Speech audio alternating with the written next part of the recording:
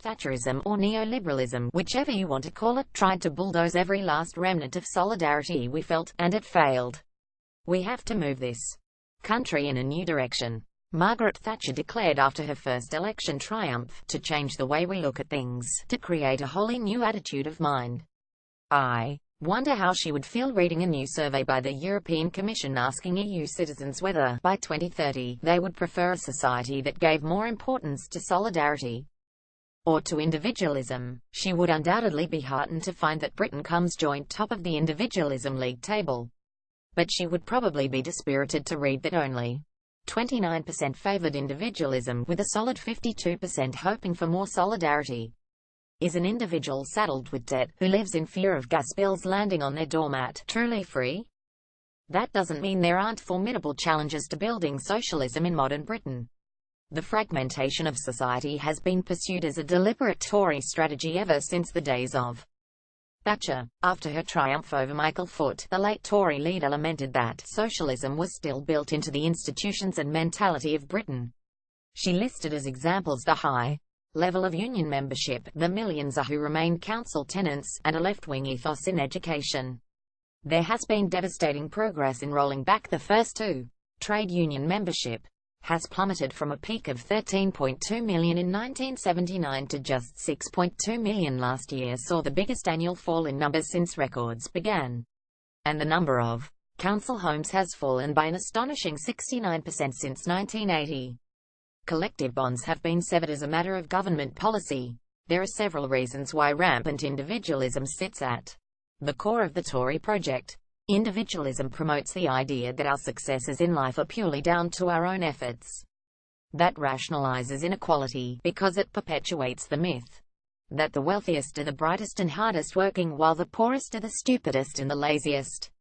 Inequality simply becomes just deserts, rather than the sign of a society rigged in favor of a lucky minority. Tax becomes a punishment for success rather than a contribution to the collective kitty.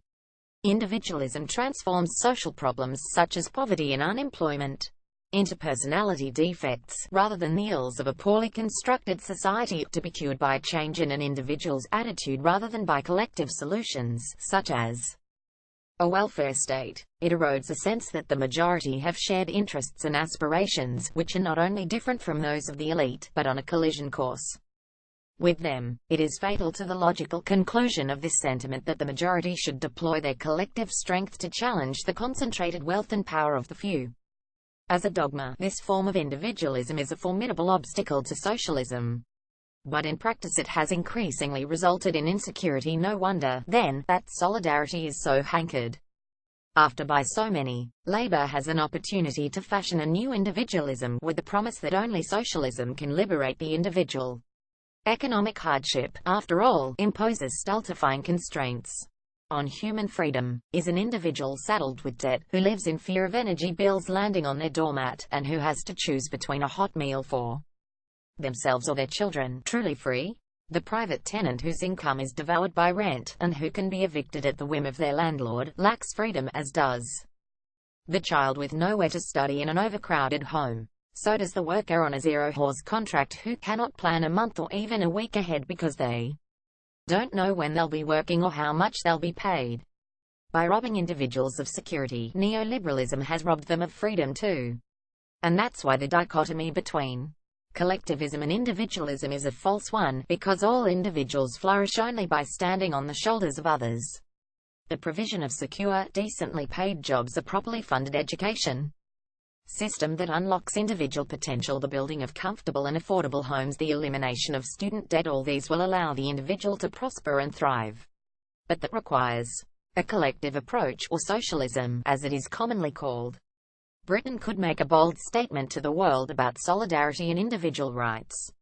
A written constitution, for example, could enshrine the rights currently threatened by Tory plans to repeal the Human Rights Act, such as the right to free speech and peaceful protest, a fair trial, and against discrimination. It could go further, too, by including social and economic rights such as the right to a home, the right to social security, and the right to be free of poverty. The liberation of the individual can take other forms too, which aren't simply about freedom from insecurity.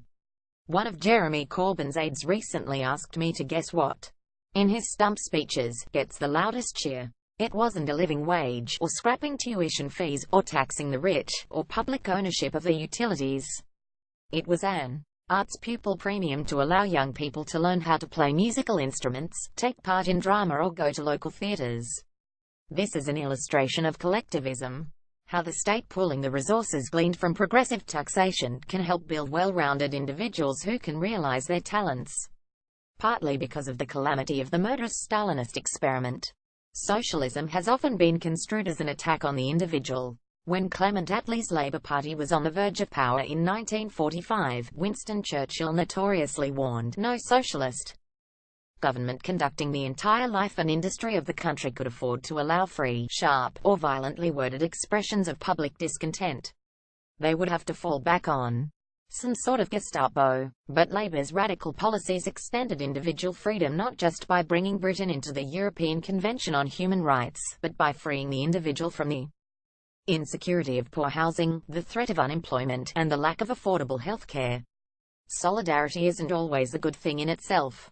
The old industrial communities had a strong sense of togetherness, but in a very male, white way. Solidarity has been harnessed by the populist right to conjure up an image of communities eroded by mass immigration. Their adoption of an us and them mentality really translates into pitting native Britons against immigrants. This populism has exploited the insecurity that neoliberal individualism has entrenched in practice. Solidarity that excludes oppressed and exploited groups is not worthy of the name. But as Thatcher warned in her memoirs, socialism represents an enduring temptation. No one should underestimate Labour's potential appeal. She was right about that, if not much else. Owen Jones is a Guardian columnist.